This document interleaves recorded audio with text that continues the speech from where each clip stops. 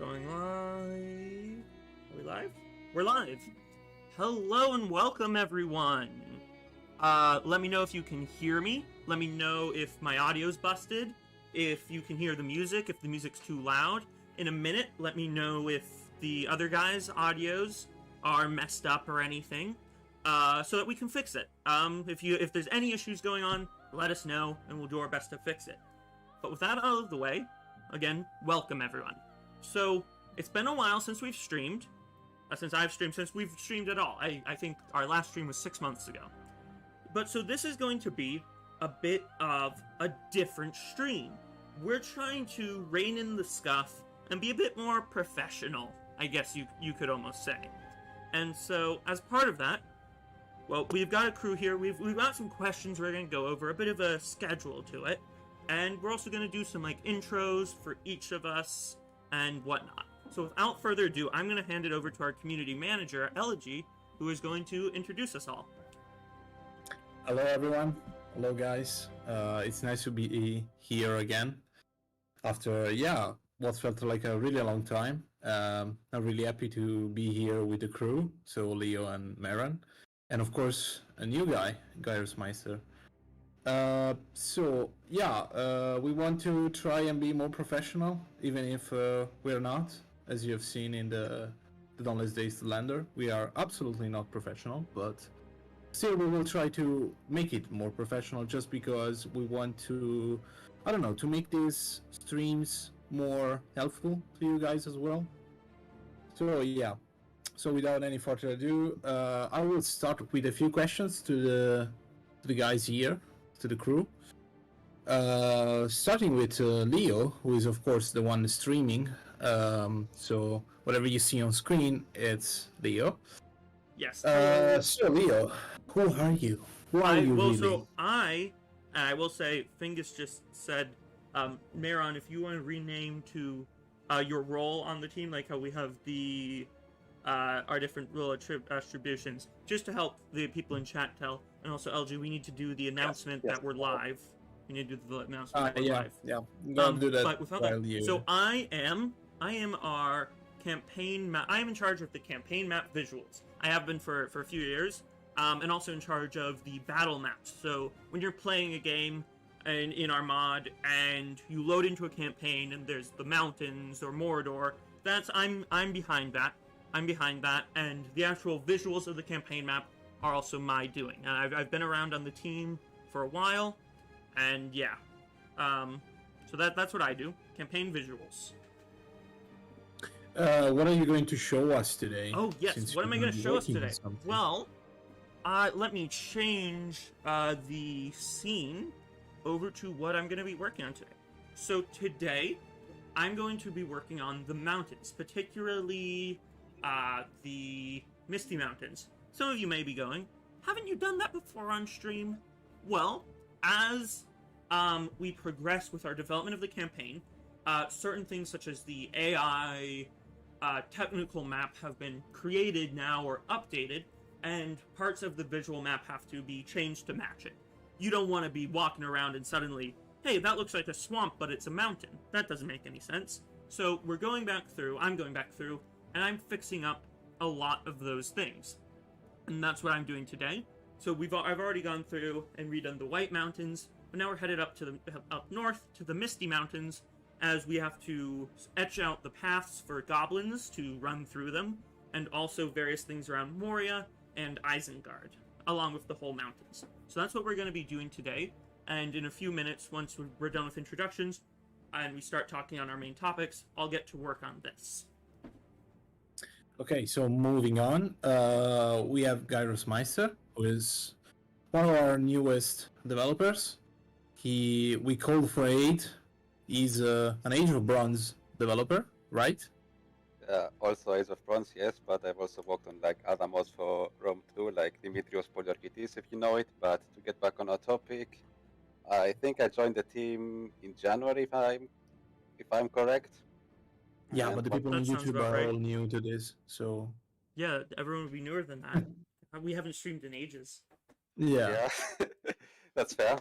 But well, basically what I do on the campaign map is I do the start post, which stands for starting positions, if you can imagine, and that governs everything for placement of factions, placement of armies, diplomacy, starting buildings, and so on and so forth. And also as well some general campaign database things, like what kind of templates the buildings would have and everything. I've also done some of that as well. And maybe Leo, if you could switch the scene. Yes, I will switch over the scene real quick to show the map. So if you see something like this is Gyrosmeister, placing all of the factions everywhere on the map, doing stuff like ranging from faction placement to faction diplomacy. These are all screenshots from our current working campaign pack, which we're going to be talking about today. To faction recruitment, such as the recruitment here for Dale. So these are all things that Gyro does. So if you want Gondor to be on the right place, that's basically my work. So we also have Maeron, who muted himself. Maeron, you there? Hello, yes. Okay, so what do you do if the people on YouTube don't know you? I am the head of 2D, so I'm responsible for all concept art, UI, unit cards, and I run the team, so I make sure all the artists are on track, that's what I do. So, for instance, that means that, all of our art, Maeron made the thumbnail and this starting screen, but also Maeron has done all of these unit cards here. I think he did all of the Dale unit cards. Correct me if I'm wrong. But so a good chunk of the art you'll see in game is made by Maeron. He's absolutely awesome with all of his art. Yeah, Maeron is also spearheading basically what is the building icons, which is something really important, and all of the campaign user interface. So when we say UI, we mean user interface. And that is basically a big topic, because right now we are basically as I put in the Slender video, basically the campaign is progressing very well, but we need a lot of ground to cover, among which of course are the building icons or the UI. You don't want to see the Western Roman Empire UI when you play Gondor, of course. So that kind of stuff is something that Maeron, as 2D art lead, is working on and researching and helping other artists figure out, right?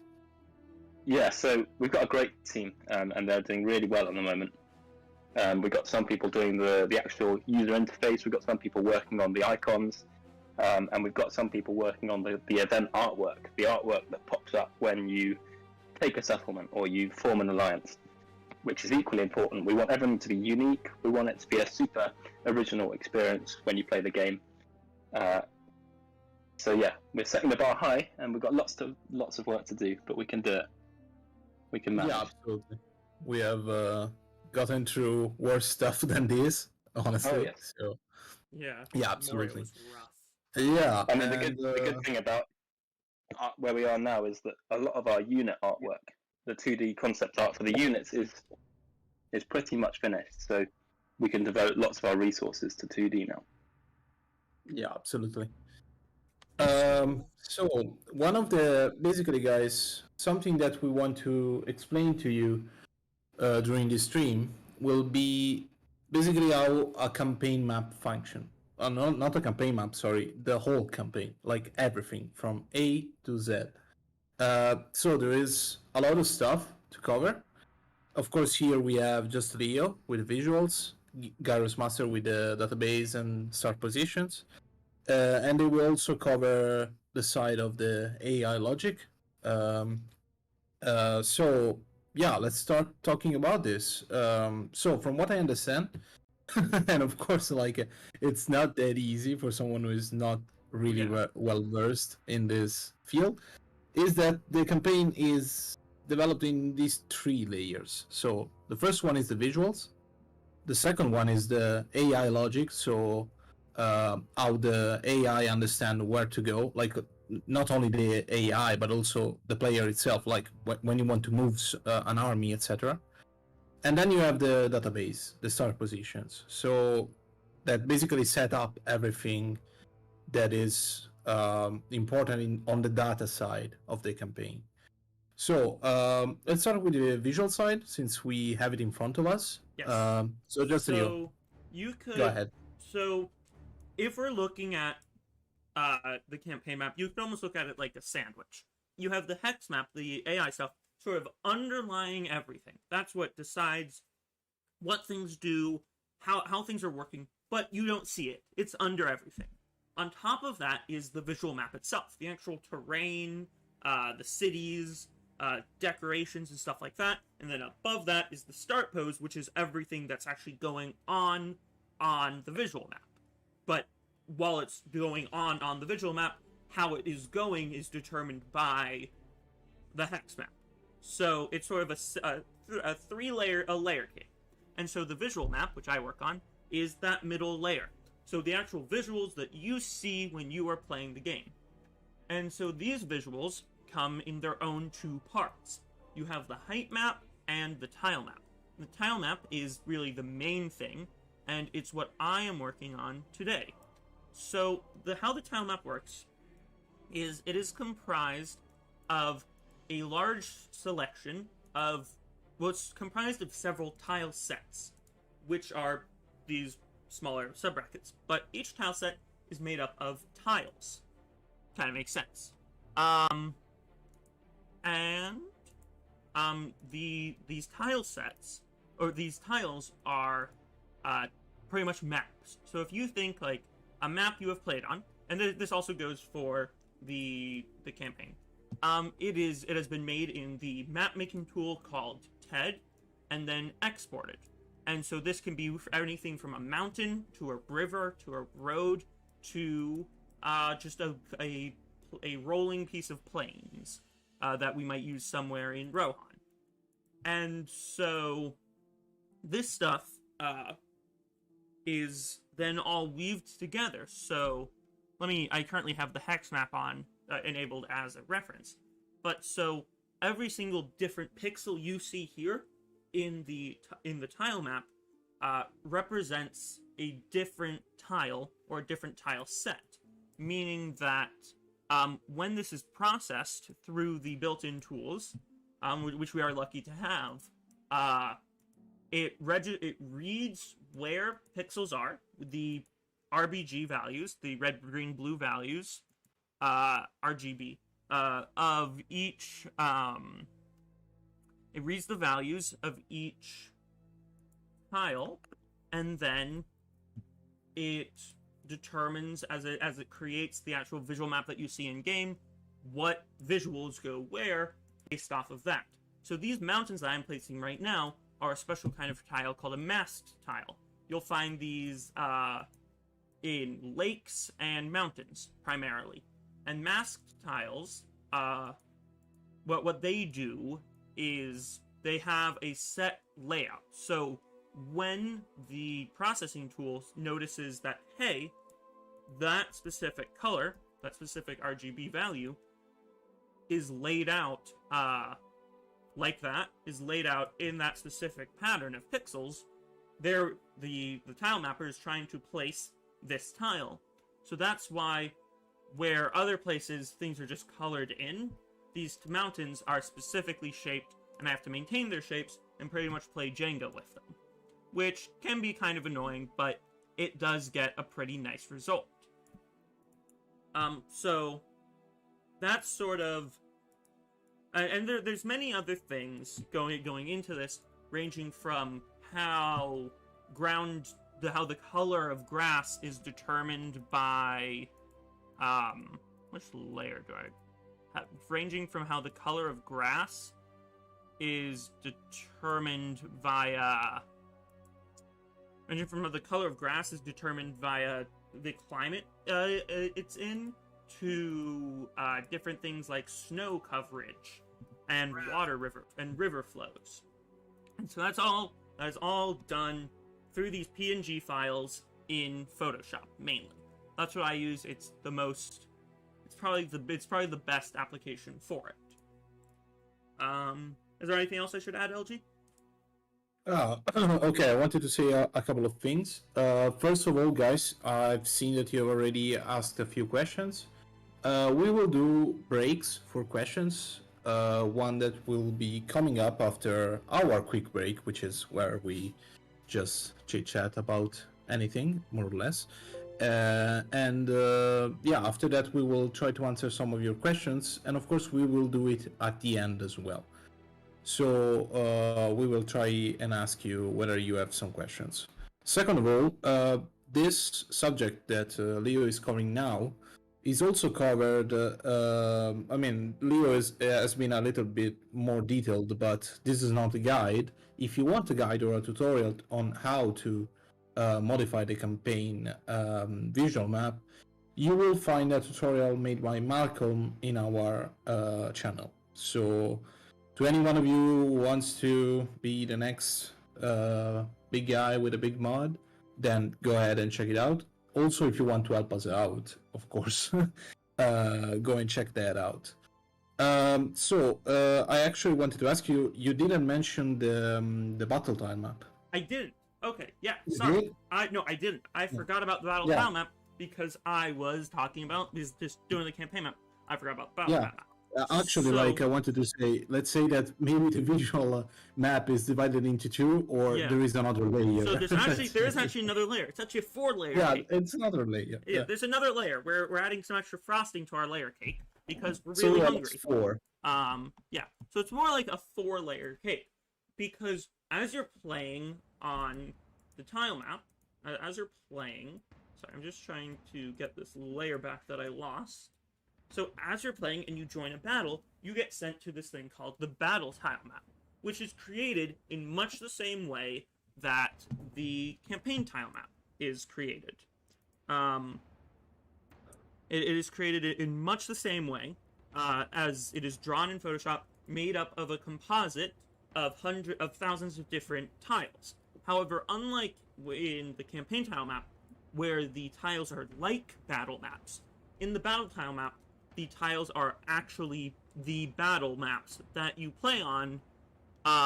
They're the actual battle maps that you play on in the campaign. So, when you're playing. So, whether it be you're fighting in Dol Amroth, or you are fighting in the Dead Marshes, those will be the battle tiles that you spawn in on.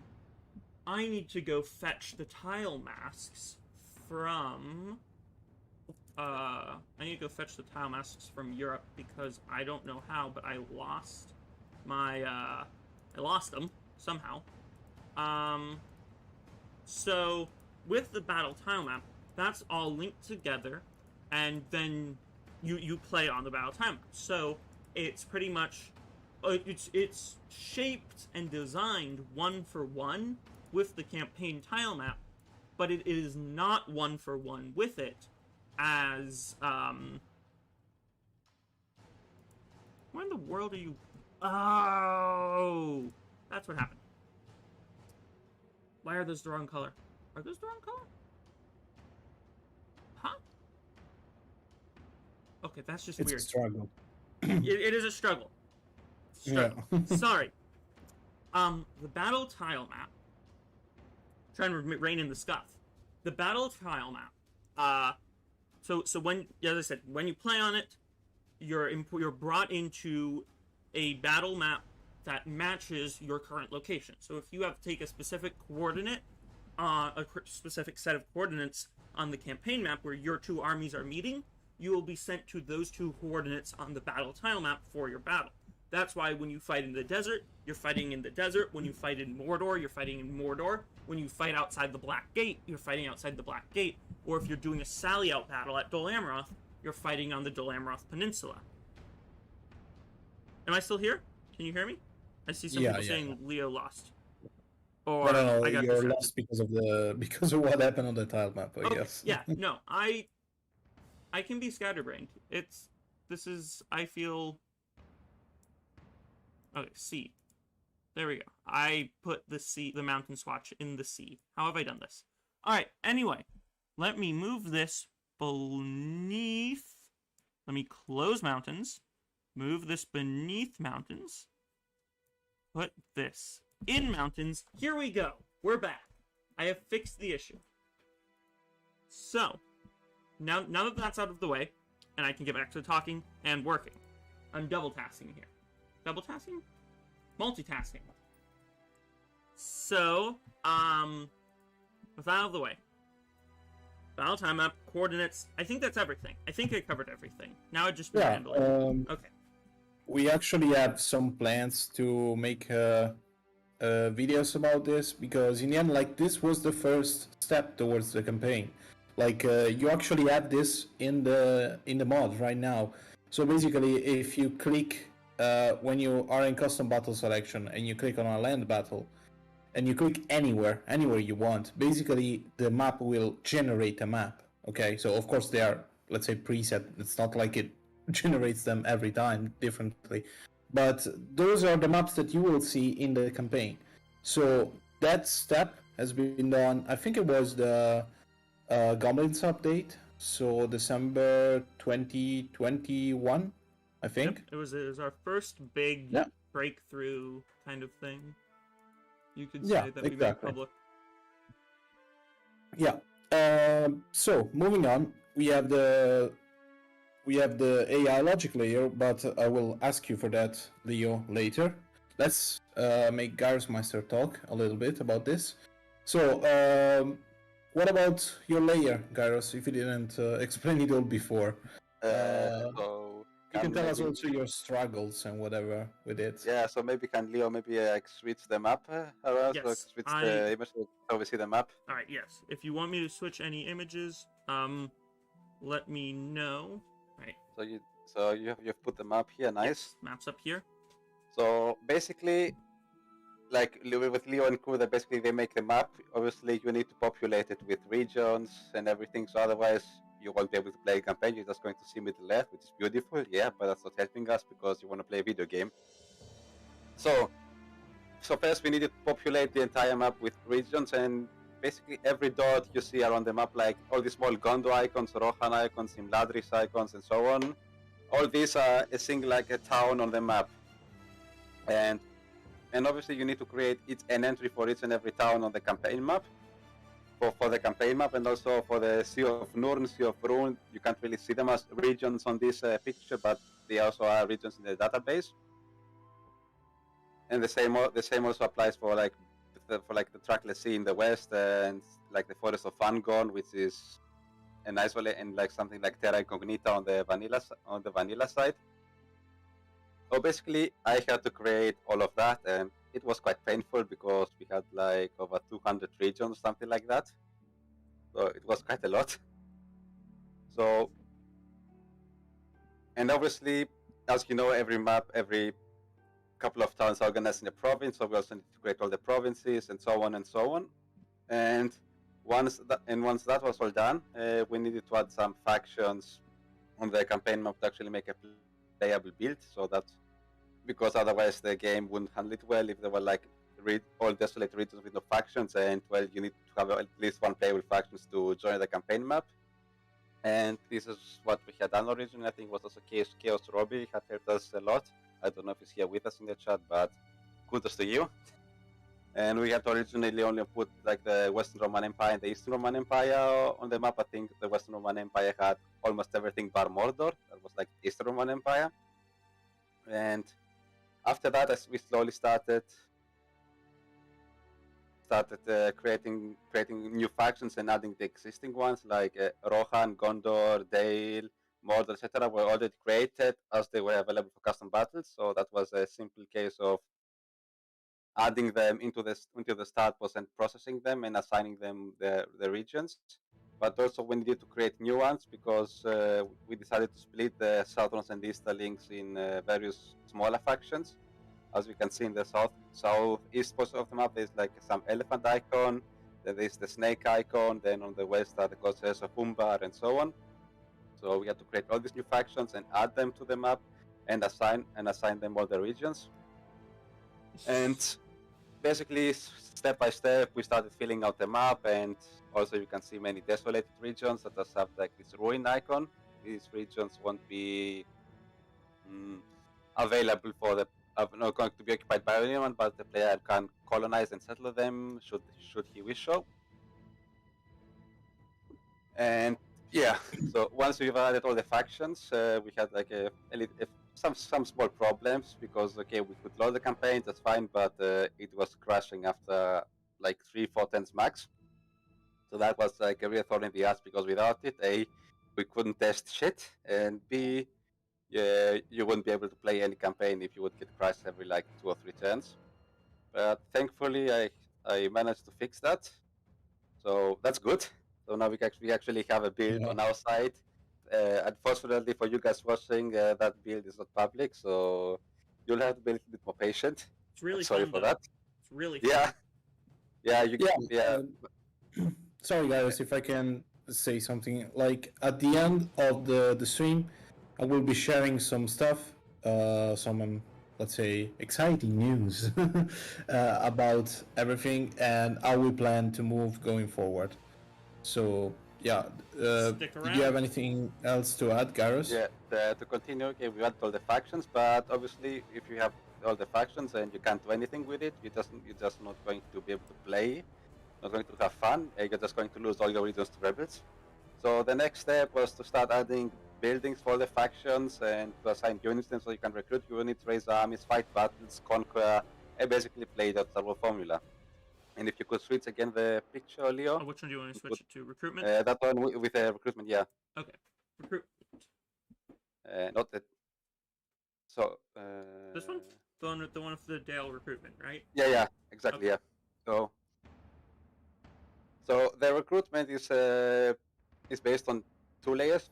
First of all, you need to create a building and assign which units the building should unlock, and I think that was done by Vanguard, who I've also seen in the chat, and also Sheridan, Extelion. So if you're here watching, hi. You need to assign in the database files which building unlocks which units, and then you need to put that building into the start post so that the faction that has that building from the start. So you don't have to build it manually and waste time, which would be like beneficial for us to test things quickly. So the result you see here on your screen is basically a combination of the work like from Vanguard and crew, who created the buildings and assigned the units, and my side who put on like Dale, Lake Town or whatever to have access to units. So, and this is basically how the campaign is built up bit by bit. So you need to create all the regions, all the provinces, and so on. Add them on the map. Create the factions, put them on the map. Create all the buildings, put them on the map, and then create starting armies, put starting agents, create family trees, and so on and so on. It's basically built bit by bit, and obviously the deeper you go, you start doing like the smaller details that are just as essential as the regions on the map per se. Should I put up diplomacy? Yeah. Okay. You can also show that. Here is some Dale Airborne diplomacy. Or rather put the Rohan Gondor one. Oh, maybe. Okay. I'll put up the Rohan Gondor. Yeah. That one probably looks cooler. Here we go. Yeah. Rohan Gondor. Yeah, this was we previewed this. I think we shared this. So yeah, I did. So you guys could feast your eyes on this stuff. Yep. Yeah. So also starting diplomacy is also governed on the start. Was like, for example, if you want Gondor and Rohan to be allied at the start of your campaign map, that is something that you need to pass on the start post. The same applies, for example, if maybe Imiladris and Lothlorien have free access pact so that you can work with each other's territory without penalties, or I don't know, like the Umbar is at war with Gondor at the start. That's also governed with start post, which is basically my side. Which is also like the details that I was talking about that are going to be added as we go deeper and deeper into the campaign development. Yeah. So I wanted to add something, which is basically, I mean, we have talked about these 4 layers, and these 4 layers are basically extremely technical. Let's say that there is another layer made by a person who isn't here right now, who is Maestro, and that is the design layer, basically. So everything that these guys have been doing was designed by Maestro, and of course with a lot of discussions with the rest of the team. So while the breakthrough of the Tilemap and then the AI tool by Victimized, where like of course happened in the last 2-3 years. I'd say so. Yeah, the design team, which basically was consisting only of Maestro, was in the meantime doing a lot of stuff, which was basically designing every faction, their scripts, their also this start position. So basically he prepared a lot of documents saying whether Minas Tirith had a barracks level 1 or 2, etc., etc. So that kind of information was something that we have had for some time, until that we kept safe and secret until we could use it for the campaign itself. So basically what you're seeing now is the reason why everything is going also, I would say, a bit fast compared to maybe like not having any progress on anything because we're waiting on designing the campaign as well. It is because we have all of those informations. So yeah, and yeah, so we can move on to the other layer, I guess. Okay, I guess I'll talk yeah, about I guess. because I probably have the most. So I don't have any visuals to show for this because the visuals to show for this would be from the campaign tool, which, while it works, I have it.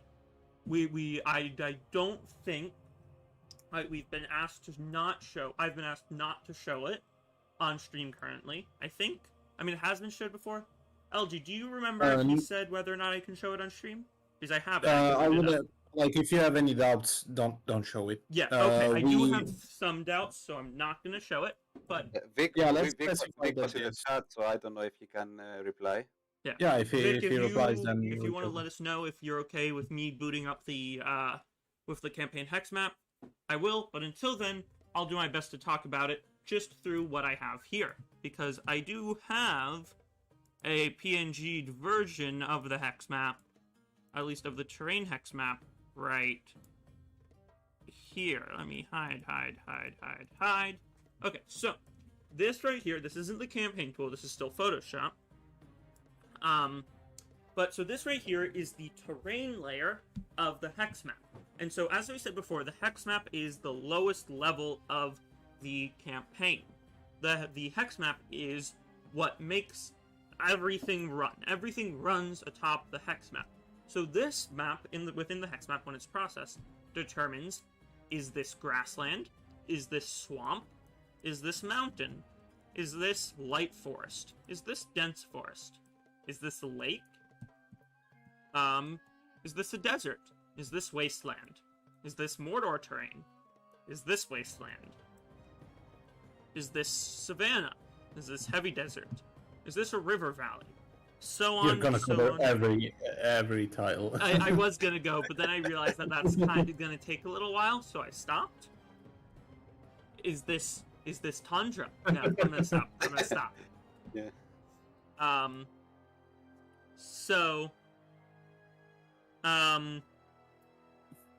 So this is the terrain layer of the hex map, and this will determine. So this doesn't directly determine stuff like attrition, but this determines stuff like movement cost.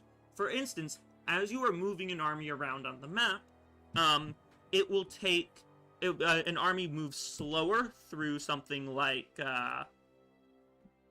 okay, we can show the hex map. Sounds good. I will boot that up on my second screen while I keep talking. So, for instance... He didn't say the program, though. He said the X map, which he did show. Vic, can I show CAIME? That's my question. Can I show CAIME? Until I get an answer. Yes, so just to give you the context, CAIME is the legendary tool that we have been looking forward to for years. CAIME is the legendary tool that is the tool for campaign map editing. But so back to talking about the terrain map of the hex map. So different movement costs, because, you know, an army doesn't move as fast through tundra as it does through grassland, and so on and so forth. So your movement costs are what determine how far and how fast an army can move. And there we have our permission. So let's boot up campaign map toolkit. I don't know if this has been shown on stream before. I think it might have. No, I don't think so. Well, no, I don't think that we've had shown it in videos, but not on stream. So here we go for the campaign map toolkit. File, open, campaign map toolkit, projects.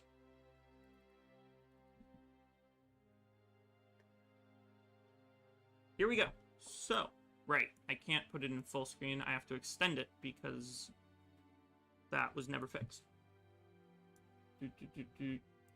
Okay, so this is the terrain map layer that I was just showing you guys in Terry, in Photoshop, and you can see how each of these is painted with a different grassland, hills, jungle. Where's the jungle? You guys excited for that? We're adding jungle.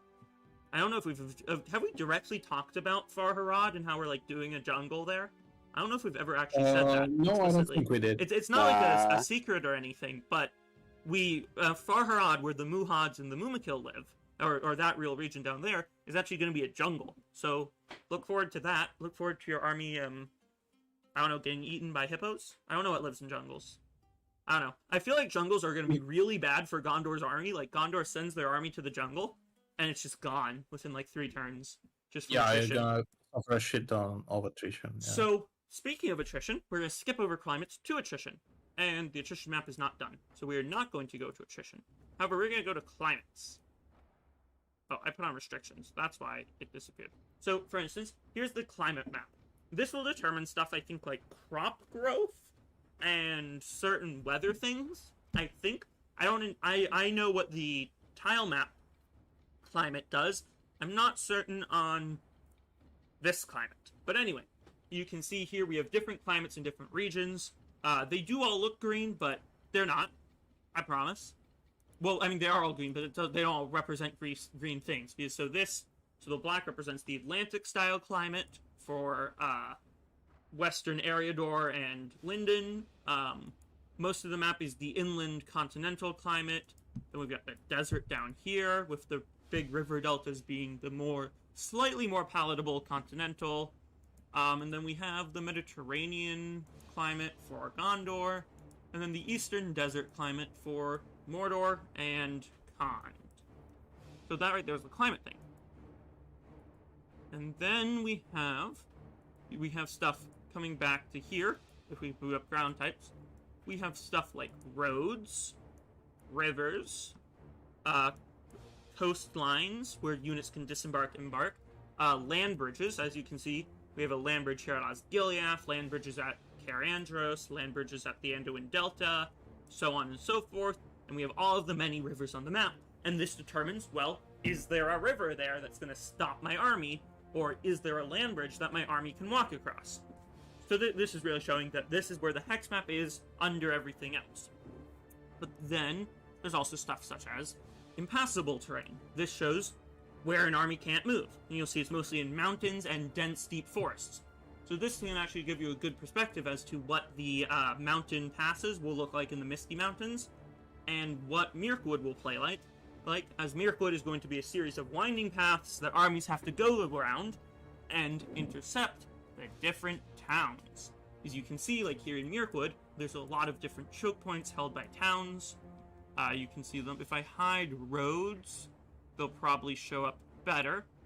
Yeah, do that. Yeah, but you can see the different towns here. And also, what I feel like is the most fun thing to look at. I do that, and then I hide impassable. And I throw on... Oh, well, we only have region borders for the south.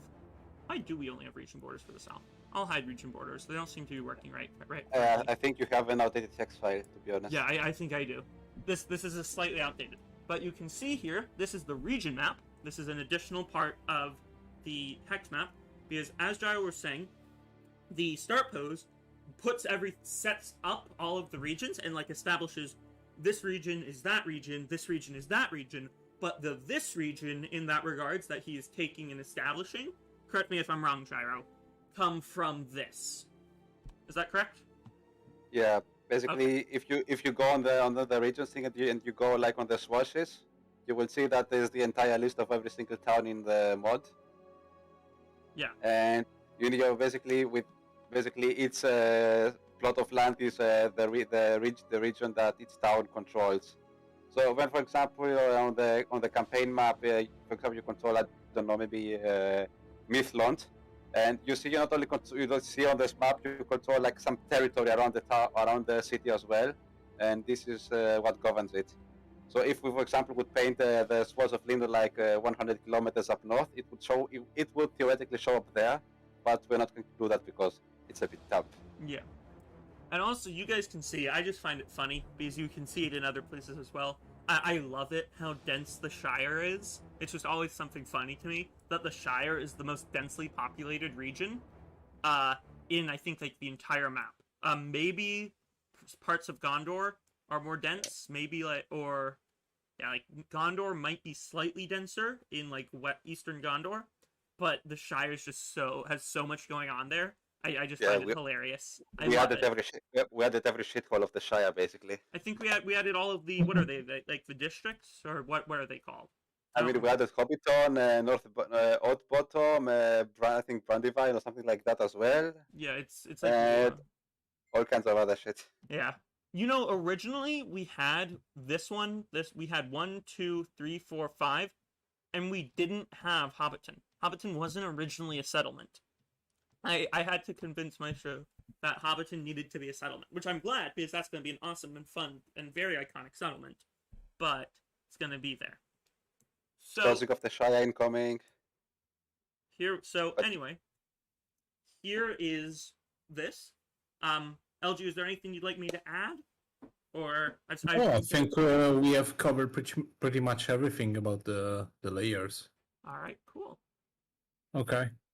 So you can resume your work, and we could even start a round of questions if you guys are gonna be good. I mean, the guys in the chat, like for example, don't ask us when campaign, when campaign, like in Age of Bronze. I mean, again, at the end of the stream, there's going to be some exciting news, so please wait for that and hold on and keep watching us. But yeah, let's see what questions we have. So far, someone said it's because someone asking, is it worth purchasing Attila? Yes, it is, just for our mod, and I don't understand why you guys. I did, to be honest. Like, just wait for a sale and get it. And also, I'll say, in addition to our mod, there are other great mods. If you're into, if you're into the Middle Ages, 1212, who we do a lot of work with. We help each other out a lot with in certain things. They're a great mod, great guys, amazing work. They have their Europe campaign. It's really cool. I love playing it. Gotta get all those big shiny Carrico standards. And to add something myself, I specifically bought Attila to work on this mod, so you can follow my example. I did too. As well. Yeah, nice.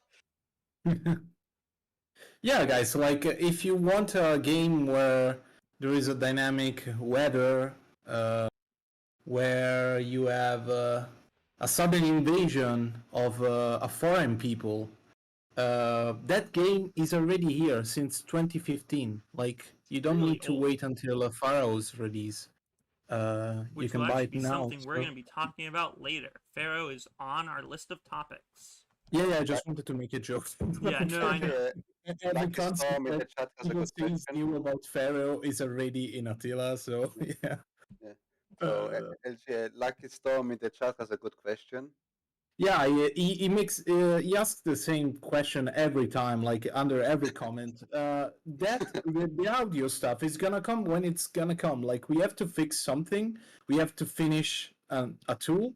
Once that is done, we're gonna do it. Because if we don't wait for this tool, we're gonna have to modify each and every single voice line.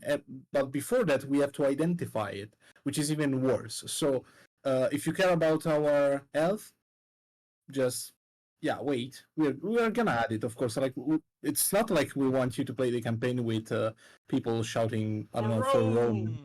Yeah, like of Constantinople or whatever.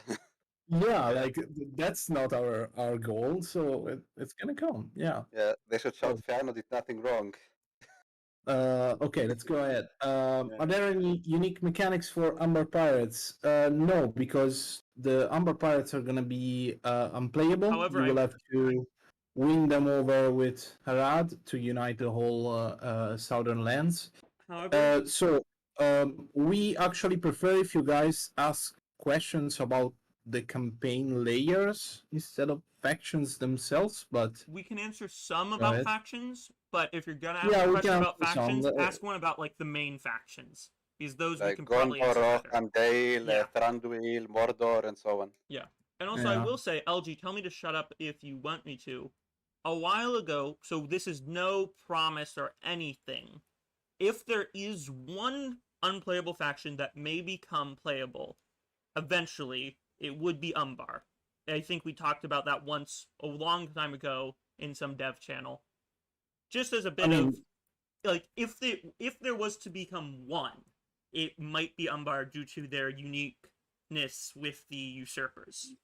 I think. Yeah, I completely agree.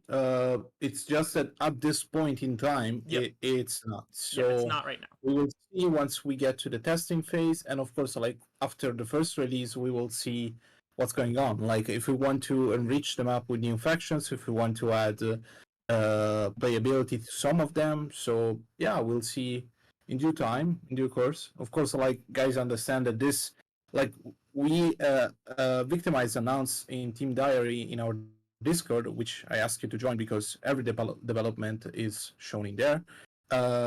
Like first and foremost, and then added to YouTube, Nexus mods, and whatever. So we have a more or less a stable build. So everything we're doing right now is testing a lot of things that are not like balancing the whole map, because of course like we don't have every faction, we don't have every building, we don't have a lot of things that will come in due time. Like we are working on them as we are talking. So yeah, Literally, we're working on some of them as we're talking. Since I'm yeah, here. exactly. Yeah. Okay, let me go ahead. That's such a good question. How will Gondor's recruitment work with fiefdom units? Yeah, there are area of recruitment. So basically, you will have, I think, unique buildings. Gyros, correct me if I'm wrong. Unique buildings in like different fiefdoms. So basically, if you are in Lebanon, you will have something, etc. Yeah, no, like AOI is governed a bit differently. Like there's like It's just an province. auxilia, You don't need it. building, and then you add the special resorts to the region, like fiefdom whatever, fiefdom Lebanon in Dolambroth or Anori, Yeah, and you're right. Yeah, you're That's right. how that works. But you can also do it like with custom buildings for each province, but that's not very finesse.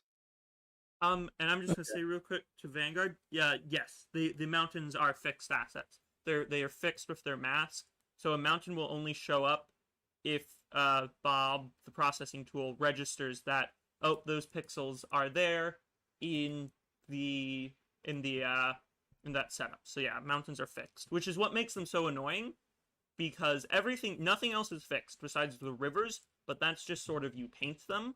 So it's not really as big of an issue, but the mountains are entirely fixed. And so it's pretty annoying. Also, Yeah. Infinite Donuts has an interesting question. It says, how long have you guys been working on the layers? I've never modded before, so this is all new to me. So not counting tool development, the Tilemap has been being worked on and off, mostly on, for 2-3 years now, but I'm not always the most productive person. I can get distracted fairly easily. So overall, like if we're just talking in the full development, it's been 3 years now of campaign development and like 5 years of working on tools and working on design stuff. Yeah.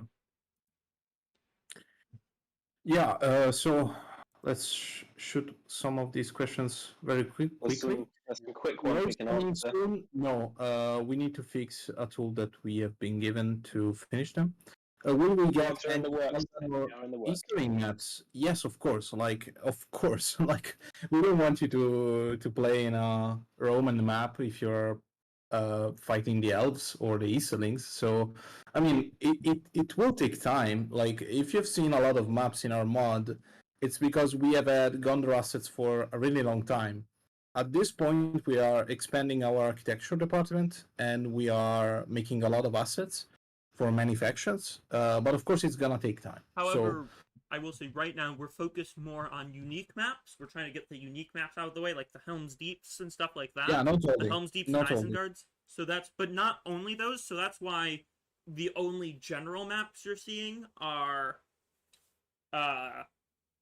Gondor, because that's the only full architecture set we have. Everything else is more unique assets.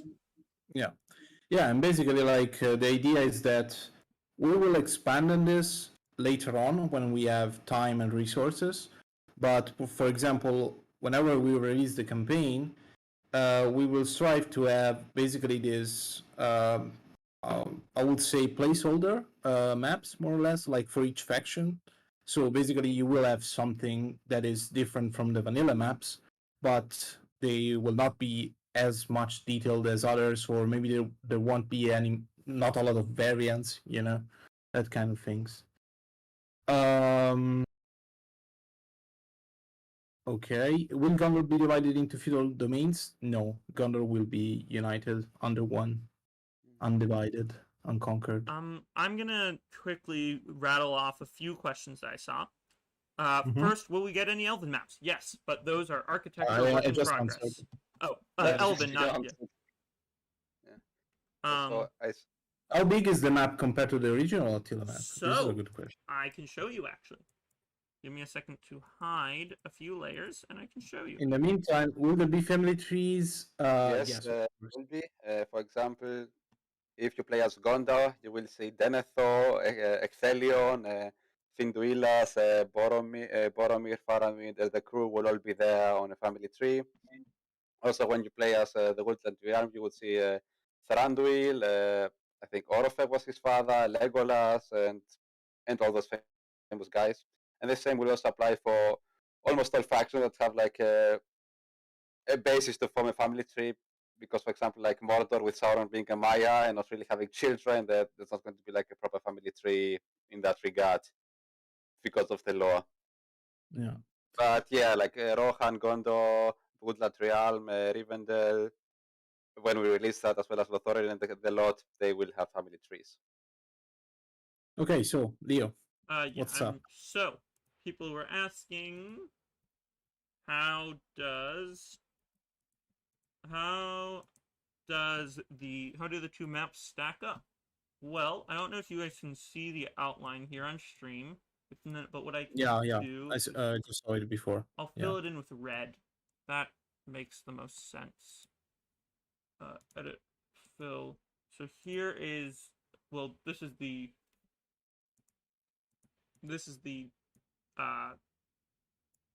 oceans of Europe. It's not really the best. Actually, I know what to do. This will work better. Sorry, guys. I'm just trying to find a good way to show this to you all. Just maybe turn on end of the layer for comparison. What I'll do is something like that, maybe, so you can see. And then I'll just decrease opacity. So, I don't know if this you can quite see, but our map actually has more settlements than the base Attila map. We've got more settlements going on. So, we of course have less factions, but more settlements. And overall, we've talked about this before. We're fairly sure overall there is more playable space on our map than there is in the base Attila map. Because our ocean about equates to the Mediterranean plus the Atlantic. However, and our space up north is actually less than the unplayable space up north in... Well, it's actually around the same as the unplayable space up north in base Attila. However, our whole desert is all playable, so it comes out, we have, I'd say maybe like 15% more playable space. I don't know if that math checks out, but that's what it feels like. So, yeah.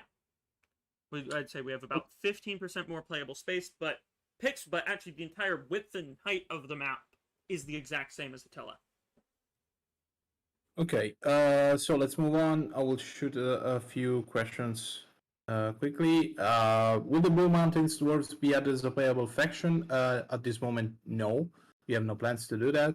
There will be old factions, specifically one, the Rangers. So basically, as Aragorn will be able to rebuild Arnor and then reunite the kingdoms, but you start as an Horde.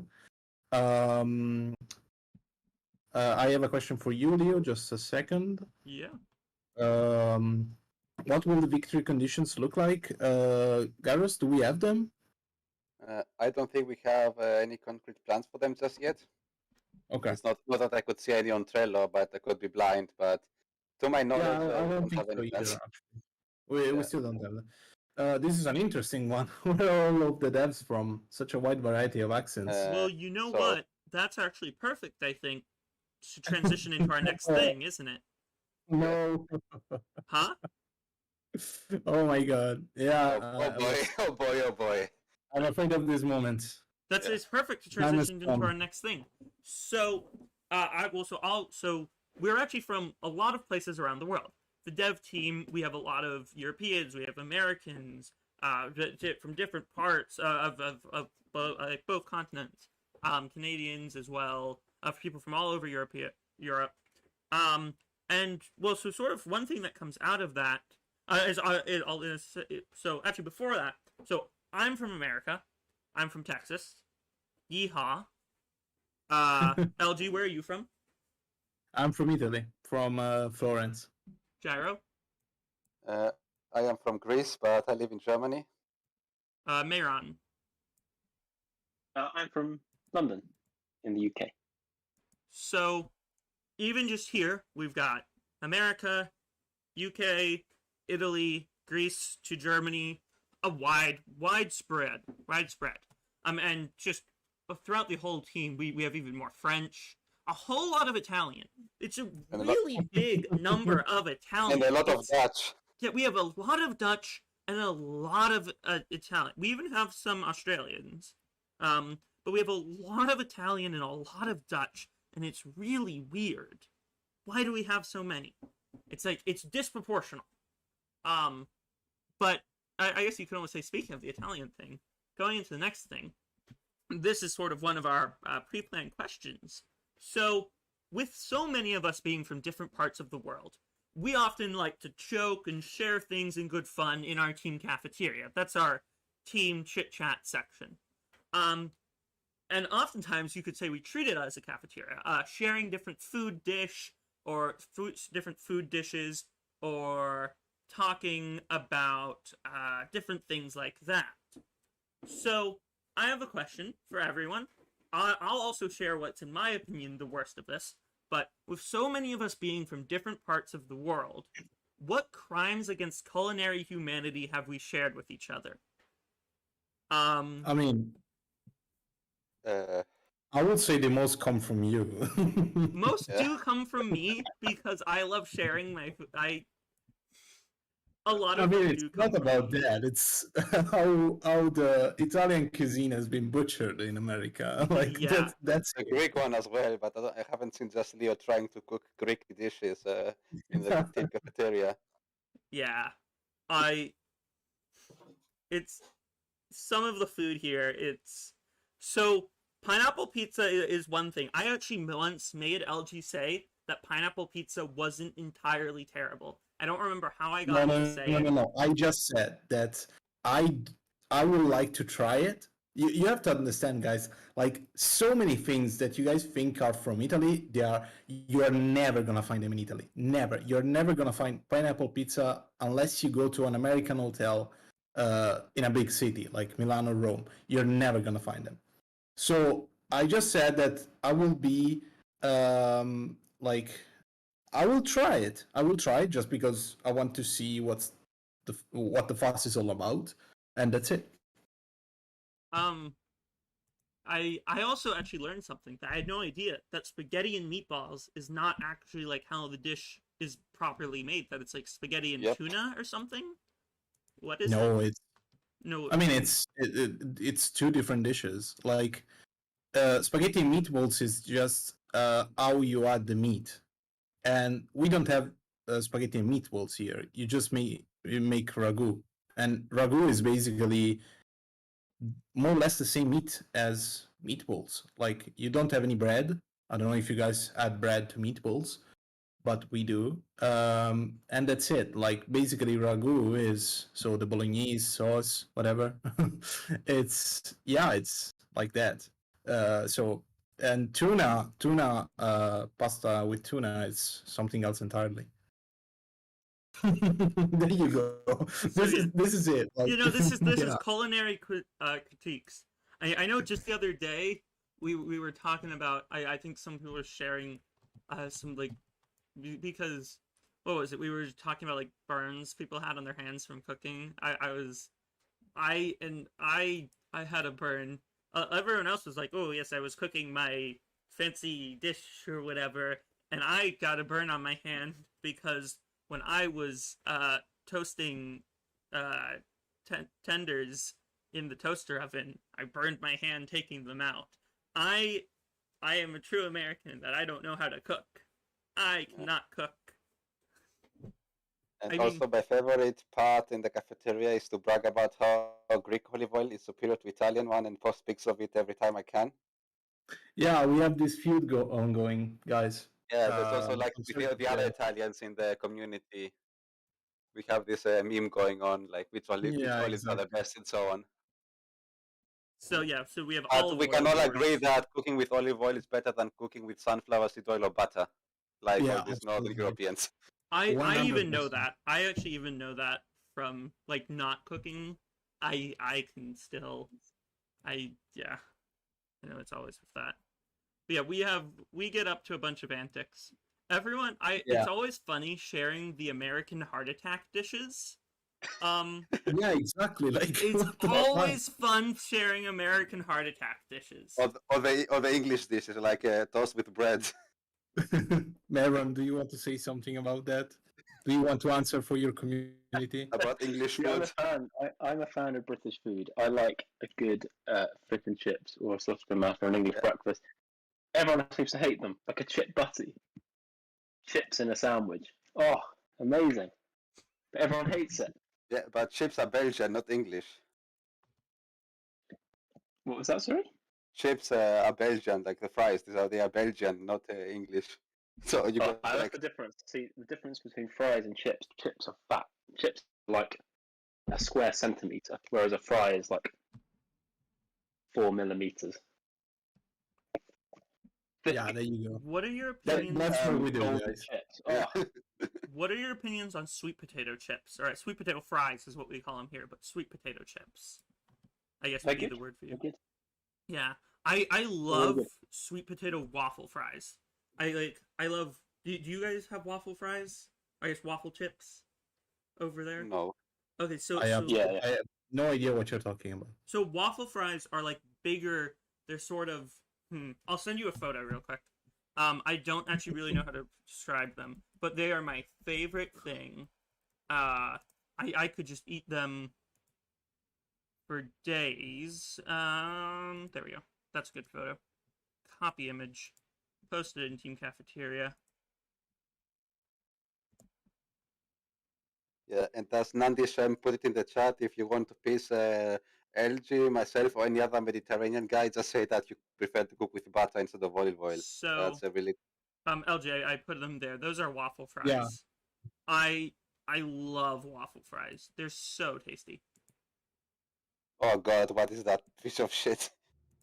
No, they're like because they're really I don't know, because you can take like I like them, okay? And I love sweet potato waffle fries.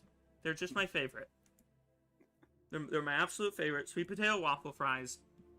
My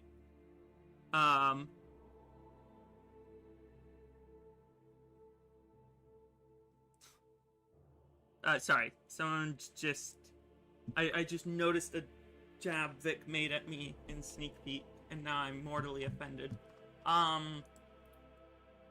But yeah, sorry. So yeah, no, the National Cuisine Showcase was on our list of things to talk about today. We put it in as a little bit of levity of a break. If anyone has anything else to add, I think we have a few other topics on our list of things to talk about today.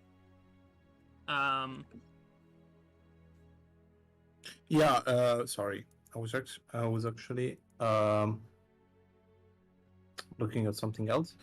Cooking stream when? Oh my god. I think it was so long ago. Like some of the first streams with me, you guys were asking for a cooking stream. We said we'd do it for the 10k when we hit 10k subscribers, but we never did.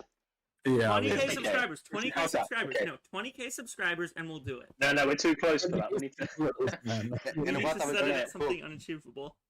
And what are we going to cook? American heart attack dish or something good? We should try Lord of the Rings. We should have Lembas. Hobbit Oh. second You know, with speaking of Lembas and so I grew up near the only licensed Lord of the Rings restaurant that I know of in the world, I think. So that was always fun going there. And so I went there the other day, and they had the back room opened. And the back room was open, which they never have for seating. And so I went in there, and I noticed up on the wall, they had a Return of the King poster with every single cast member's signature on it. Every cast member had their signature on it. But it was like crumpled into the shittiest frame you have ever seen. And like just smushed up against the frame. It wasn't even properly like fitted into it. It was just like lying there, sort of like resting against the glass. It was terrible. But it was just like Yeah, you will take better care of it. Yeah, I'd take better care of it. They should give it to me. Also the dishes, like you showed us the menu. It's like completely unrelated to Lord of the Rings. Yeah, I still like it there because it holds a special place in my heart, because I think that it is definitely a large part of why I am such a big Lord of the Rings fan, because I grew up going there as it was a restaurant that I would always go to. So it was always something that I loved going to. But try and cook Eowyn stew. Yeah, there we go. Cook Eowyn stew. That's easy. Just fuck it up and you're good to go. And it counts. Yeah. So let's get back on track, actually. Yes, back on track. What do you say? Yeah. So, guys, as I told you before, we have some exciting news at the end. I mean, exciting. Well, they're good news at the end of the stream, so please stay around. We're gonna get back on track, and now we're gonna talk actually a bit about the struggles of this campaign and a bit of the history of what happened. None of us have been here since the beginning. I joined in January, actually on the 1st of January, 2021. Leo, when was it? I somewhere maybe 2020, 2019. I know I've been around the longest of the four of us here, somehow. Yeah. Okay. But I don't know when I joined. I could find it, but I'd have to scroll through like 3 years of messages minimum. It's fine. Yeah. You were here before me. I joined about 3 years ago exactly, actually. It was this sort of time in 2020, just after COVID hit. Yeah. I am the youngest member. I joined exactly on the 4th of January of this year. Yeah. Yeah. So I am exactly 5 months in the team. And he has done a lot of good work in those 5 months. Keep it But up, Gyro. But I'll make the Silmarillion mod someday. Yeah, he's just here to coach for his Silmarillion mod. Okay. But no one would download it. The mod was very, very different back then. Yeah, it was so different when I first joined. LG, is that something we're good to go? We should go into, or not for right now? We should save that for another stream. Talking about like all of the stuff that used to go on with the team. I feel like that's more of a save it for a different stream. I mean, the private stuff about the team, I wouldn't share it just because you're probably right. We're not interested. But yeah, other than that, like guys, Rise of Mordor, as we used to be called, has a very long history, dating way back when. at the time of Rome 2, actually. So this mod first was thought of for Rome 2. So the people there, which included Victimized, actually, started there, and with our founder, Vicus van der Werf, which I actually think is Dutch as well. So yeah, it started all the way back when, and well, let's say that the history about the campaign is very simple. We thought they couldn't change it at the time of Rome 2. So in the end, they settled on other ideas. Do you want to show the concept? Yes, I think it's. I will. I'm gonna place this mountain and boot up the concept. Yeah, the concept. Just that one. Is that it? Yeah. There we go. Here is the concept. Just gotta place a mountain. So, this was. Yeah, I'll let LG do it. He knows more about it. Oh, I know something about it. I think this is actually Attila. Oh, so, this is, I don't have. Did you send me? The one.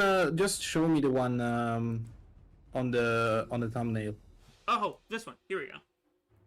Yeah, so this is Attila as well, but just to show you, again, like, after they realized they couldn't mod Rome 2 and Attila came out, they moved to Attila, because, of course, like, also the idea and the whole concept of Attila better exemplifies the issues of Middle-earth, like, this whole depopulation status, this whole constant worrying. It's much different than ancient history. So what they did was moving, and of course, like they still wanted to do a campaign, but the issue was that they couldn't change the AI map because CA didn't release any tool to do so.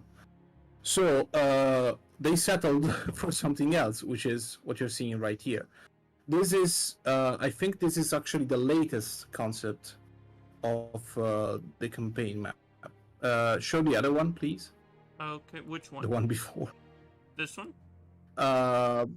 Yeah, that one. Yeah, so you can see here that what you're seeing is basically Sea Europe, but with a lot of stuff under the sea. So basically, they realized that they could destroy settlements, so basically make so that you couldn't use them, and of course shove them under the sea as if they were Numenor. But still, the AI would probably walk in there, even if they did that. Can you show me the Spain map with Spain and Portugal under the water? I can. Here you go. Yeah, so as you can see here, this was basically one of the first prototypes of changing the visual map. And yeah, this is it. Basically, it would have looked like this, and it wouldn't have been great. So yeah, so everything was put aside for the future, and the mod became a custom battle multiplayer mod. There was a huge announcement because at the time we had like a few YouTube partners, among which are Invicta. At the time it was called THFE Productions. Amazing videos on Rise of Mordor if you want to watch them. And yeah, basically there was this whole interview with him, and I don't remember if it was Caligula talking with him or Jox, Victimized. But yeah, they just said, we can do it. Like, we can't do it justice, so we're just not gonna do it. And that was like met with a lot of, wouldn't say hatred, but yeah, people were disappointed, of course, which we understand completely. But yeah, this long struggle then led to Victimize realizing that he could make a tool. Then Leo joined. So since I'm just recollecting what Victimize told me, I guess at this point you can say whatever happened when you started working on the visual map, Leo. So when I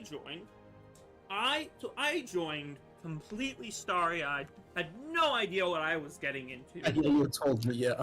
I had no idea what I was getting into. I was like, we could do it. Like, what if we, like, did it manually or something? I had no idea how anything worked. Like, we could, like, doodle this, like, we could make a really limited map with, like, just like 6 settlements or something. We don't need a tool. We could do it just by like hand editing files. And Vic was like, yeah, maybe. Because this was still before the tool was actually fully working, able to export anything. Not just before it was in a fully working format, but before anything. And this was before I actually joined the team that I was talking to Vic about this. And I actually made a first preliminary version of the whole hex map, which was scrapped, but I had made that. But then I wanted to do something more. So I started looking into the actual visual map. And it took a while, but eventually I was able to figure out how that the tile map was actually the tile map, how it worked, how to process it, how to create new things with it. And I don't know if I still have a picture of it.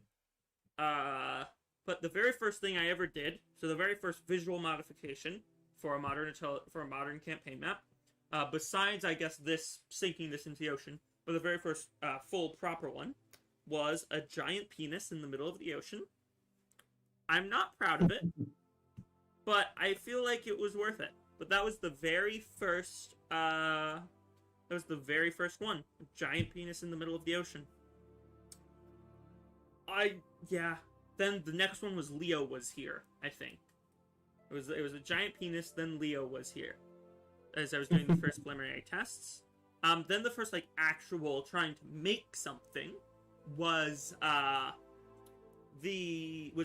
little addition to, like trying to make something sensible, was a little addition to, well, I did a first thing of Linden, sort of working on the tile map in just doing it by complete hand in Photoshop using the Thrones of Britannia tile map tools to make some little pieces of Linden, but then those were scrapped, and it was a long, hard process, probably I'd say half a year, maybe a quarter of several months before I got the first proper visual map out of it that we could use, using a variety of tools and some help of some people who are no longer around with the team in general.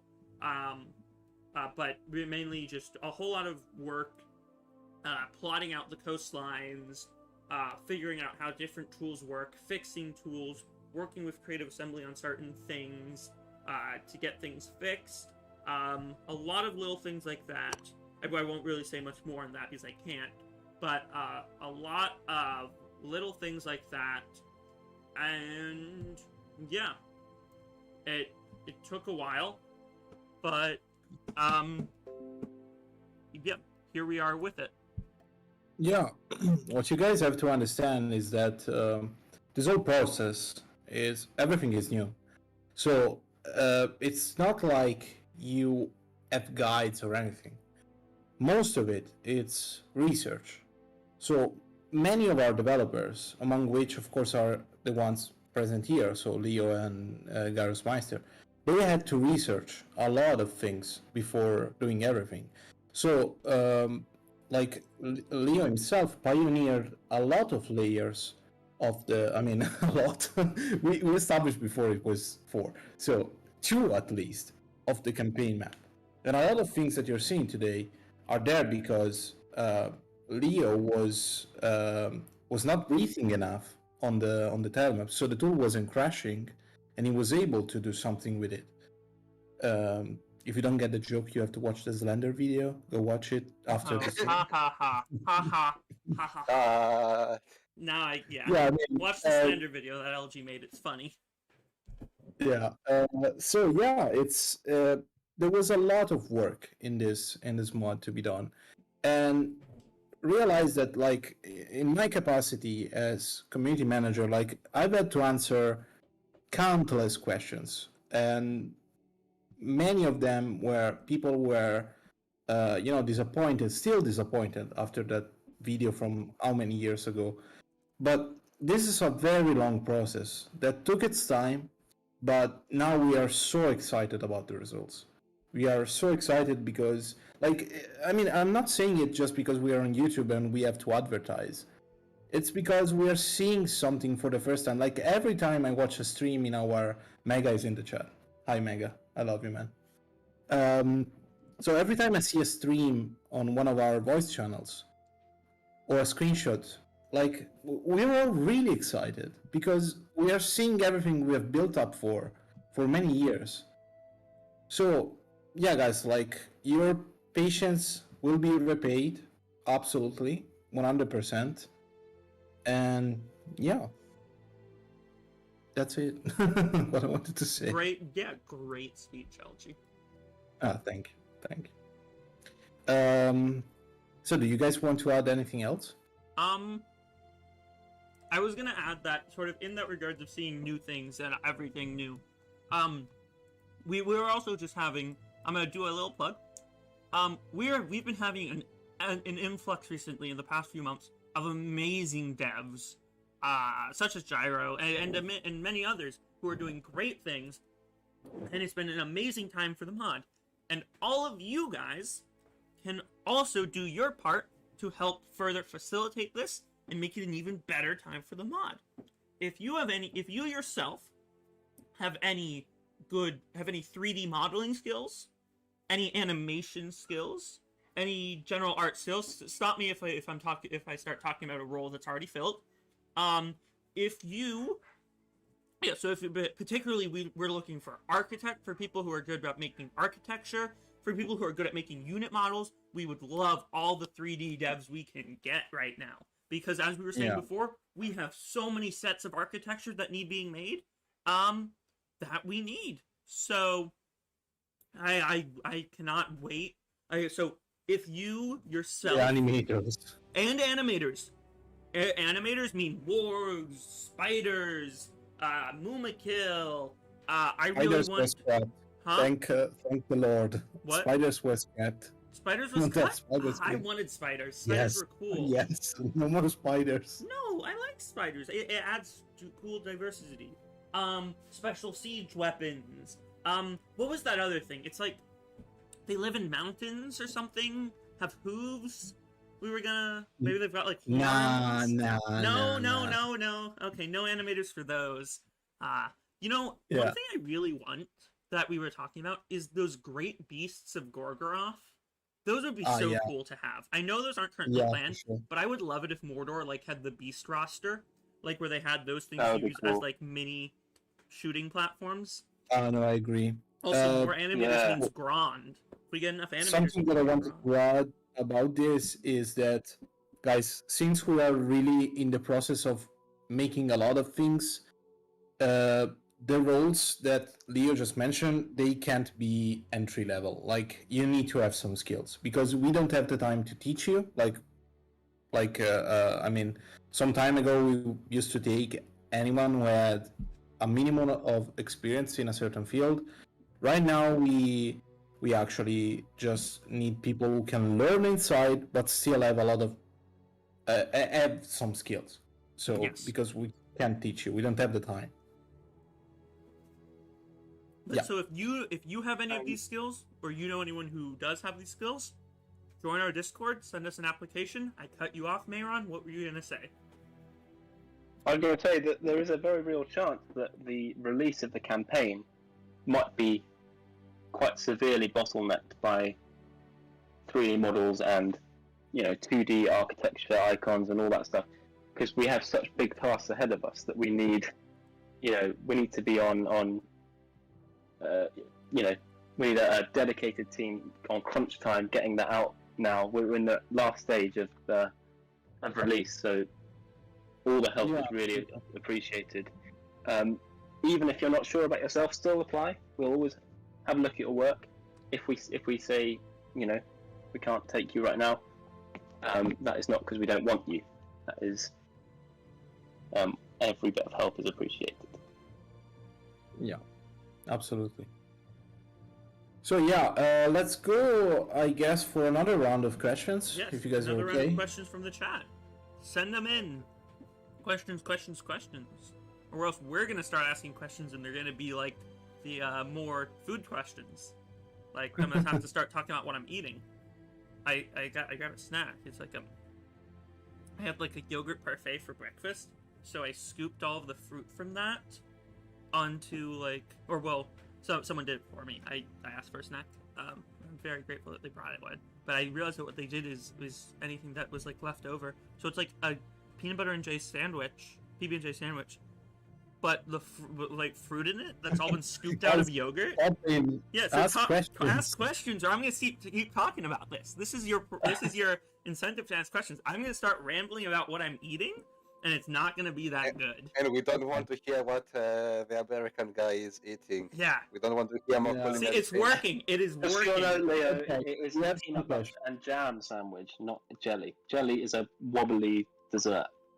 Jam. Nah, PB and jelly. Okay, I'm gonna stop you. Yes, we have questions now. It worked. So, I told you it worked. First one is from Lucky Storm. What is the most complete faction unit-wise in your thoughts? He wants us to say not Isengard because he wants more units for Isengard somehow. And this is another question that he asks every time. So, in my opinion, like everything else. Dale and Erebor are complete. Erebor is complete except for the siege engine, and Dale is complete except for the wind lance and the Avari unit.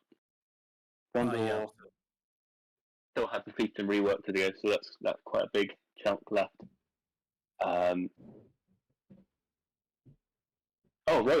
Rohan's complete. Yeah, Rohan is complete. Including custom general. Oh yeah. I see some good questions here. So some Gondorian cities have 100% indestructible walls. Is this just deliberate or will this be fixed? Those are round walls. I don't know if we can. I don't think any of us here are architecture people, so I don't think we can answer this. But I know currently, when round walls get destroyed, it crashes the game. So that's why the round walls. No, because there is no animation. Hold on, I know the answer. Because there is no animation. So when we make these kind of assets, we also have to make the animation for their destruction, and we don't have any for those, which means that they are indestructible because since they don't have an animation, they will crash the game basically. Yeah, that's the same once we do as well. What? That's the same for the Isengard map that also has round walls. Yeah. Once we are done with that, then you're gonna see them as destructible. So we have two similar questions. One was about the barrel whites. No, I don't think we have considered them. Maybe as an event. Barrel whites. Oh, well, we have barrel whites for Dol Guldur, which is no longer a faction. So we actually, Maeron, isn't there a concept for those? Or am I remembering? Yeah. I can't remember off the top of my head. What faction would they be for? I think it was either Underbad. Yeah. So there's your answer. Yes, there will be. Let's have a look at the Trello. Hang on. Okay. The Trello, for those who don't know, is where we store all our faction information. And someone asked about Ruben. Ruben asked about Sauron, and so he's actually the only character who we want to make an individual super unit, I think. But this thing goes back to we need more animators. If we had an animator who was able to take on the task of making the animations for a unique Sauron unit, we would 100% have a physical beast of a unit of Sauron wading through the battlefield. And that also, I think, sort of flows into another question someone asked about custom generals. What extent of custom generals do we have? I know we have Gondor has a bunch. Do other factions have their own selections of them? What was it? Roughly how many custom? Okay. I mean, it depends. Of course, like the custom generals are those that we planned from the start. So for factions that have named characters, like Gondor, for example, there will be a lot. If there aren't a lot, we'll just make some beginning ones, I guess. So, like for example, like the faction leader, the heir, maybe another family member, and that's it. But of course, like that's a lot of work because it starts with conceptualization. So Maeron's department, and then someone from 3D needs to make it, and it takes a long time. So characters from the films, like Faramir, for example, we already have his concept done by them, so we can just make the model. or Theoden and Éomer, because they're on in the game. The generals that we're going to make up, like the leader of Harad, the Serpent Lord. His story we've is had to great. do. I love his backstory. We've had to do a custom general for him, a custom concept that we've made ourselves. But yes, so any characters in the films that you are attached to, most of them will make it into the game in some way. Legolas, Gimli, Aragorn, all that. And just going back to the Barrow Whites, I've checked the trailer, and they are in the Gundabad roster, actually. Yeah. They are a tier 3 unit. Okay. Not sure how they're going to function. Yeah, I remember something. So, remember what Maeron said. We have a Trello, and a Trello is basically the place where we store all of our plans for the factions. I believe it's in the description, yes. So, if you open it, you will see all of our factions that we plan to release or have already released with all of their units. So, yeah. Moving on. I see a question for Gyro. Army of the Dead, we don't have any plans for now, but I think so. Why not? I see a question for Gyro. How scripted will the campaign be? And yes, Tom Bombadil will 100% be a custom general. Fake. Yeah, so I am not really the guy who writes the scripts, but I can tell you a few things about scripts. Like, for example, we have plans for a script for Sauron to search and find the One Ring, which also ties up really nicely to the question, like, will Sauron be a physical character in the mod? So I think you guys had talked about it in a previous stream that I may have watched, I'm not sure, but you will need to send out the Nazgul to try and find Gollum, and who will then will give you information on where the ring might be. And you will need to, for example, do all that stuff to get back the Ring of Power, so you can get Sauron back in physical form to destroy Middle-earth for once and for all. Yeah. And also we talked about the Arnor script. For example, Aragorn will have the opportunity to reforge the Kingdom of Arnor with the Dunedain remnants that will be in Eriador, but this is not in our plans for the first ever campaign release. It will come most likely later. So guys, an important thing about this is that you should join our Discord, because the channel development logs, is where we have written a lot of stuff about the campaign. So you will see some scripts, such as this one for Sauron, and our faction plan of release for the campaign, and other important information. Sorry, Gyros. Yeah, no worries. And also we have like some ideas for like for the Easterlings and the Southrons, because as you saw in the map before, they are split into various smaller factions. And as the player, if you, for example, play as the Rurim, you will also have like a task to try and unite all the Easterling tribes that are infighting with each other, so that then you can prepare your assault against maybe Rohan, Dale, Erebor, whatever you feel like it, or maybe the Red Mountain Dwarves. Yeah. Also, something like that is also for Harad, and scripts like that will basically be quite a reasonably big part of the campaign. Yeah. Also, there is one for Erebor, for which you will have to reclaim the lost mansions of the dwarves, like Moria, Gundabad, something in the Ered Mithrin. Yeah, Dane's Hold. Dane's Hold. And so basically we will try to have 1 or 2 scripts per faction for every playable faction. So it will be scripted, like many things, but of course like many interactions more or less won't. But it won't be a sandbox. You will have to fight as if you were in Middle-earth. We have a plan for a multiplayer campaign, if you guys are gonna ask that. That will be strict of any scripts, and that will support only 2 players. This is a limit in Attila, unfortunately, and that one will be a free-for-all. So basically, you will see Rohan and Isengard aligning themselves to kill Gondor and stuff like that. But that, of course, is the multiplayer campaign or sandbox campaign, so whatever. Did you talk to say CA officials and share your work? Ask their permission to work on a new Total War, such as Lord of the Rings Total War. No. Okay. No. No. First of all, we are a mod, and as such, we do not want to attract too much attention. First. Second, you need permission from the Tolkien estate to do that. They need the Creative Assembly. So yeah, that is out of the question. We are not the ones who should do that, and they have to, and that's it. Diplomacy will be fixed. Yeah, more or less. I mean, Like, yes. for example, like when you play as Gondor, you won't be able to ally with Mordor or something like that.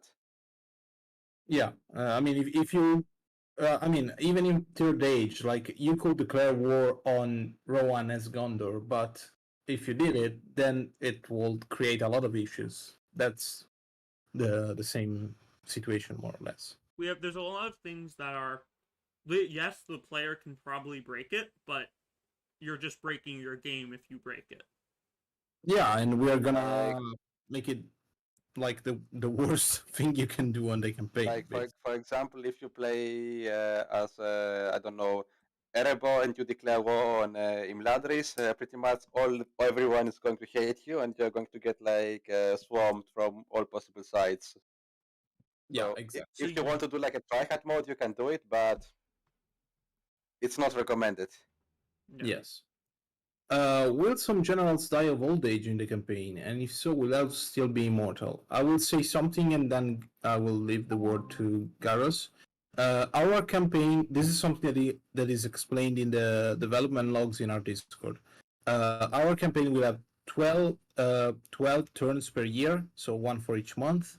That means that you will have, like, character will not age as substantially as they do in Attila and Vanilla. So you will not see people die of old age nonetheless, but Gyros, whatever you want to say.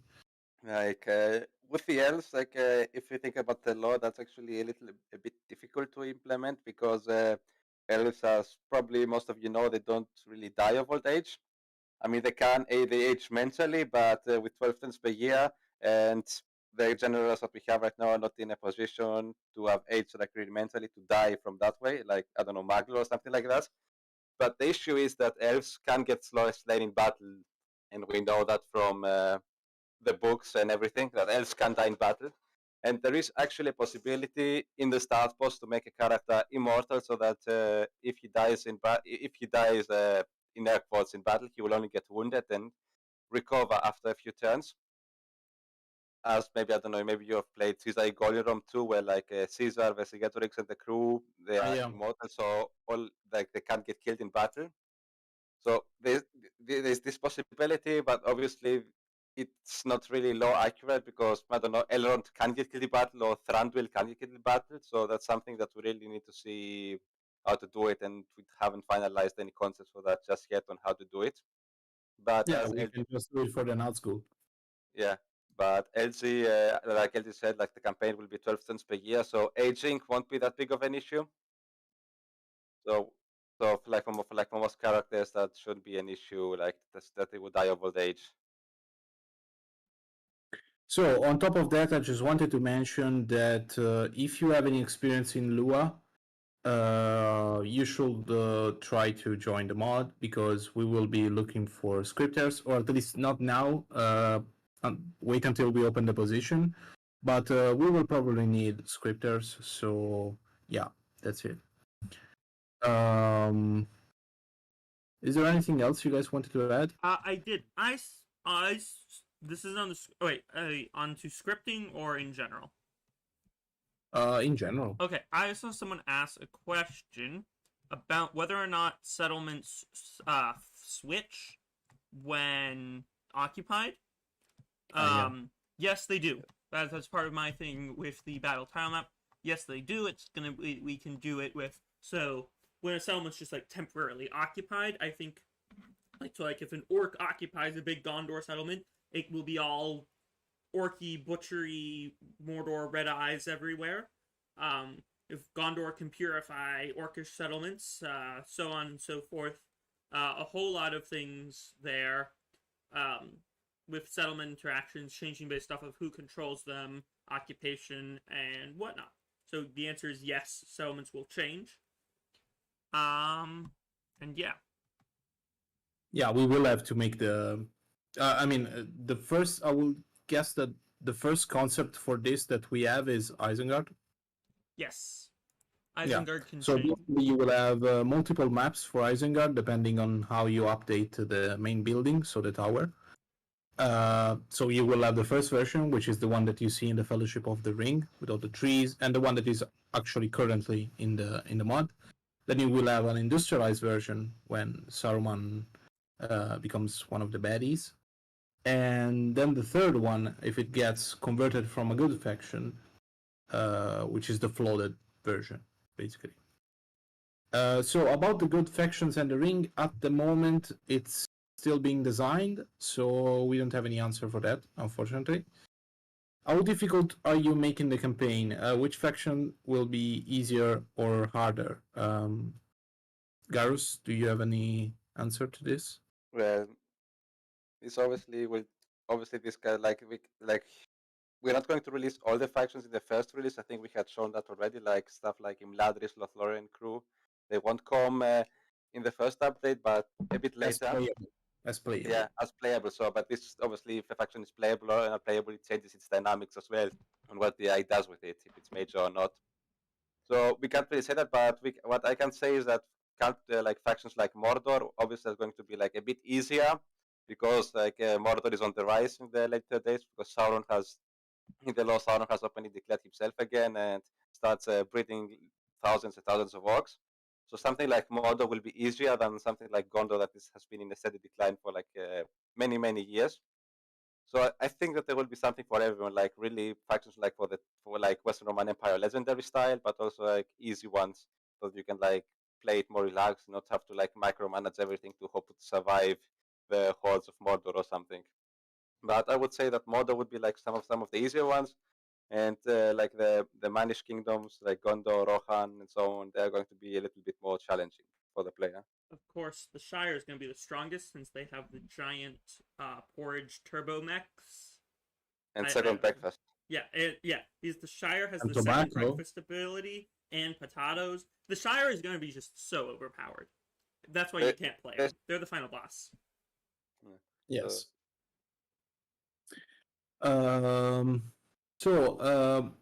As I'm not seeing any new question, do you mind if we wrap this up and I say the final things that I wanted to say? Well, do we want to talk about our break 2 with the Pharaoh trailer, or do we want to? I mean, it's fine. Like we have covered everything, so. Yeah. Well, so do you want to do that before you do your reveal, or? Yeah, I'm just gonna say a few things, and then you can show. I mean, you've already shown what you wanted to show. Yes, I've just been working on this. I think we've gone through all. No, I mean the screenshot that we wanted to show off at the end. Oh, that one. Well, I haven't shown it yet. I haven't shown the part You did yet. twice. You did twice. Yeah, but I didn't show the specific thing of it. Okay. So, guys, so about this exciting news, we are not gonna tell you when the campaign releases. I'm sorry. We have said it many times. We are all volunteers. We all do it for free. So we have, of course, jobs, university, school, whatever. So everything else comes first. So seeing as that is one of the main reasons, and of course, like anything could happen. Like something could break, and it could delay us for months. And that's happened before. Anything could happen. What? That's happened before. Yeah, that has happened before. So, guys, it will take time, but we will release the campaign. What I want to say is that we have a few plans in the promotion department. Especially, you will see as soon as we have something worked out. I think it's the Tilemap, actually. Yes, it's this what I'm working on right here. There you go. We have no plans whatsoever to preview the map until this work that Leo is doing is finished, and some things are polished. However, because we want to, and at that point, we'll show you. We will publish a trailer about the campaign, showing off some of the map, of course, in a very artistic way. And that will be the first time that you see the fully fledged campaign. At that point, we will see whether to share it with some YouTubers, and we will see what's up. But my plans currently are to share with some YouTubers, selected people, and then we will see. We will move on from that, and that basically will mark the moment you see everything for the first time in all its greatness. We are also working on Helm's Deep. We have published many previews actually about Helm's Deep. It will feature a trailer, of course, unless something really bad happens. Helm's Deep is going to be in the next update. It's going to be amazing. It's a great map. It's looking absolutely great. The work was done on the map by Tyrannistras. I don't know how to pronounce his name, the guy. Okay. And Palati made the models. It's actually looking really great. You will see also some Tilemap, battle Tilemap. Yep. Yeah, there you go. And yeah, it's an absolutely great map that we have all been waiting for. We tried to make it not so much of a slugfest like in other mods. So it's pretty big actually, so that you will not defend a gate with just one unit. You will actually need to be a little more, a little better than that in your defense. And yeah, these are the news that I wanted to share. Again, join our Discord because we post everything there. Most of the questions have been answered there, and everything else. Yeah, guys, like I posted the preview on YouTube asking you what kind of name will the YouTubers give to the battle, because they've used literally every combination possible about Helm's Deep battle, like all of these words. They've used everything. So if you have any answer, please tell me, because I'm actually really curious. Yeah. So we're coming to the end of our stream now. We're coming to a close. So do we want to show the special treat? Yeah, we have some special treats for you guys. So so the special treat is the thing we talked about earlier. Just clarifying, right? The thing we talked about. Yeah, I know a little bit. We're gonna show you a portion of the campaign. So you'll notice that in all of our previews, all our things, we are only showing UI, different maps. We are purposefully hiding the actual campaign map for the main release. However, we've decided that for you guys who have stuck around, we're going to show you guys some of the actual campaign map. Some of like the actual visual campaign map where the settlements and armies are. So let me bring it up real quick. Right here, and let me zoom in. So yeah, here you go. 10 pixels. Actually, let me see if I can't count the pixels. 1, 2, 3, 4, 5, 6, 7, 8, 9, 10, 11, 12, 13, 14, 15. I dare you to count 16. the width of the picture. It's about 16 pixels of the campaign map. I don't know what settlement that is, but you can see right there. That's Dale. See, look, you guys can see Dale. Guys. You can see the feet of the unit of the soldier who's standing there, of the general, and you can see a bit of the Dale icon right here. So yeah, there is your sneak preview of the campaign map. You can see some of the grass of the terrain. But yeah, you can also see, I think that's probably like the settlement there, some part of it. Yeah, that's the settlement sprawl. Yeah, that's the settlement sprawl right there. Yeah, you guys can see. Yeah, and look at that lovely campaign map grass. So yeah, there is your 10 pixels of the campaign map. 16. Oh, 16 pixels? Yeah. 16 pixels of the campaign map. So, there we go. Yeah. Is there anything else we should add, LG? Do we want to talk about Pharaoh Total War? I know we had that in the plan.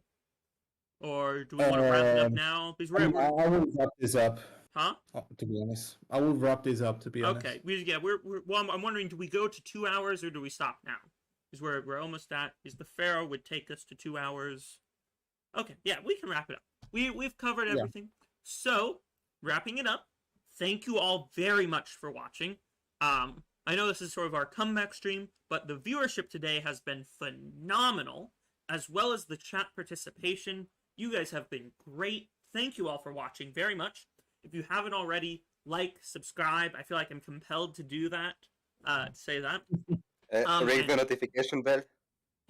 Yeah, ring the notification bell, smash that like button and notification the bell. next Blender video. Huh? Oh yeah, For and the watch the next Slander Blender video. Yeah, I mean, like, turn on the notification bell for the next Slender video. There's a way to, like, make it so that when this stream ends, they get sent into the Slander video, but I don't know how to do it. Is there a button for that? I have no clue. Just, no, it's fine. Just put the video in the background. Yeah, it's fine. So if you haven't already, Vic is now bullying us and telling us to go back to work. I need to go back to his jail.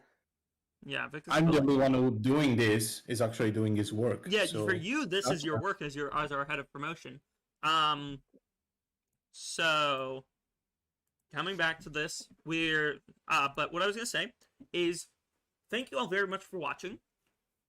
If you guys enjoyed this, please let us know. We have been talking about doing this sort of more structured format of a stream for a little while now, and it seems, at least from our perspective, that this has gone over very well. So if you guys think the same thing, please let us know. Tell us in the feedback channel on our Discord, the link to which is in the description. Or in the comments. Yeah, or in the comments. Leave a comment.